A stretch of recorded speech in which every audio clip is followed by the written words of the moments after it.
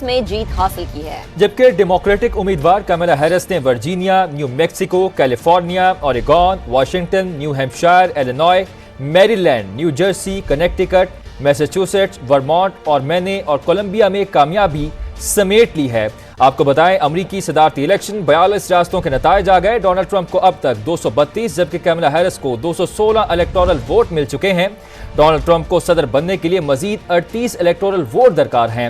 Republican صدارتی امیدوار Donald Trump نے اب تک کے نتائج کے مطابق Florida, Alabama, Mississippi, Oklahoma, Missouri, South Carolina, Montana, Utah, Tennessee, Kentucky, Indiana, West Virginia, Arizona اور آرکنساس میں جیت اپنے نام کر لی ہے۔ بالکل، ہمارا پینل اس وقت ہمارے ساتھ موجود ہے۔ یو ایس الیکشن 2024 سما کی ٹرانسمیشن جاری ہے۔ عامر سہروردی صاحب ہمیں جوائن کیے ہوئے ہیں، اس کے علاوہ فرحان رضا صاحب بھی ہمارا ساتھ دیں گے۔ فرحان صاحب آپ کی طرف آتے ہیں، کہیے گا انڈیانا بڑا لکی رہا ہے ہمیشہ ٹرمپ کے لیے، وہ 2016 ہو جائے، 2020 ہو جائے، یا پھر ہم یہ کہیں کہ وہ ابھی 2024 ہو جائے، اس کی وجہ کیا ہے؟ پالیسی وہاں پر بڑی اچھی تھی، وہاں کے لوگ اتنا کیوں سپورٹ کرتے ہیں؟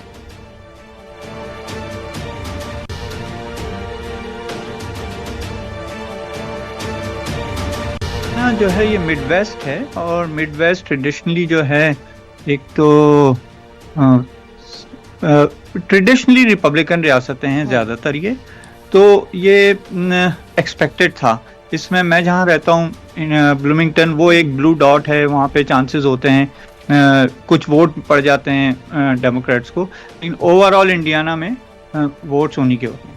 یہ جو آپ ٹرمپ کا اب نظر آ رہا ہے کہ سابق صدر ٹرمپ کے آنے کی امید ہو چکی ہے، تو اس کا کچھ انٹرسٹنگ پہلو بھی ہیں جو ہمارے خطے سے متعلق ہیں۔ دیکھیں لاسٹ ٹائم جب صدر ٹرمپ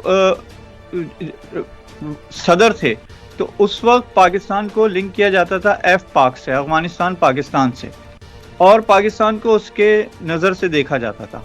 اب جب یہ آ رہے ہیں تو وہ دور گزر چکا ہے۔ اس وقت پاکستان امریکی پالیسی میں کہیں مرکزی جگہ پر ہمیں نظر نہیں آتا، جبکہ ہمارے برابر میں جو بھارت ہے، بھارت سے کے بارے میں بڑی انٹرسٹنگ بات میں آپ کو بتاؤں کہ جب ٹرمپ صدر تھے پچھلے اپنے پہلے ٹینیور میں، تو اس وقت ان کے مودی سے بہت اچھے تعلقات تھے، اور خبریں یہ تک آتی تھیں کہ شاید ان کے کچھ فیملی بزنسز انڈیا کے اندر موجود ہیں، اور مودی اور ٹرمپ کے بڑے اچھی ویڈیوز اینڈ بہت اچھے ان کے تعلقات کے امیجز نظر آئے۔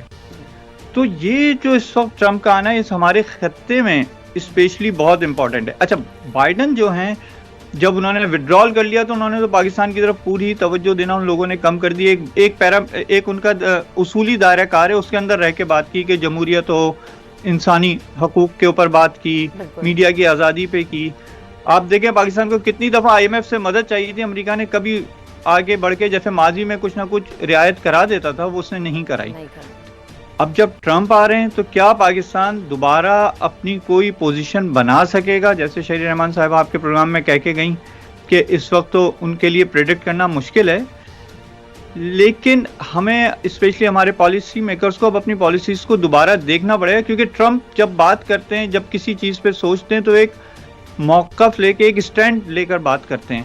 وہ بہت ہی بیوروکریٹک اسٹائل میں یا بہت ہی مڈل لائن پر نہیں چلتے جیسے کہ ڈیموکریٹس چلتے ہیں کہ ایک درمیانی راستہ رکھیں۔ تو یہ پاکستان کے لیے ایک بڑا انٹرسٹنگ وقت آ رہا ہے، کیونکہ ایران ٹارگٹ پہ ہے اس وقت۔ ایران سے جو کانفلکٹ بلڈ ہو رہا ہے مڈل ایسٹ کا، اس میں ایران اور اسرائیل کے درمیان جو براہ راست اب کشیدگی آ رہی ہے، تو اس پس منظر میں ٹرمپ کس طرح دیکھیں گے پاکستان کو، انڈیا کے پرسپیکٹو میں پاکستان کو کس طرح دیکھیں گے؟ تو پاکستان کے پالیسی سازوں کے لیے بڑا اس وقت ٹف ٹائم آ رہا ہے، انہیں دوبارہ ری تھنکنگ کرنی پڑے گی کہ اس وقت امریکہ سے کس طرح اپنے تعلقات کو دیکھنا ہے۔ ٹھیک ہے عامر صاحب، میں آپ کی طرف آؤں گا۔ سر، نارتھ کیرولینا میں 2016، 2020 اور اب 2024 میں ٹرمپ جو ہے ان کی ایک ویو ہمیں چلتی بھی نظر آ رہی ہے، تو یہاں پہ کیا سمجھا جائے کہ لوگ وہاں کے جو ہیں وہ ٹرمپ کی پالیسیز کو پسند کرتے ہیں، ایک اسٹرانگ ہولڈ کو کے طور پہ دیکھا جا سکتا ہے اس اسٹیٹ کو ٹرمپ کی؟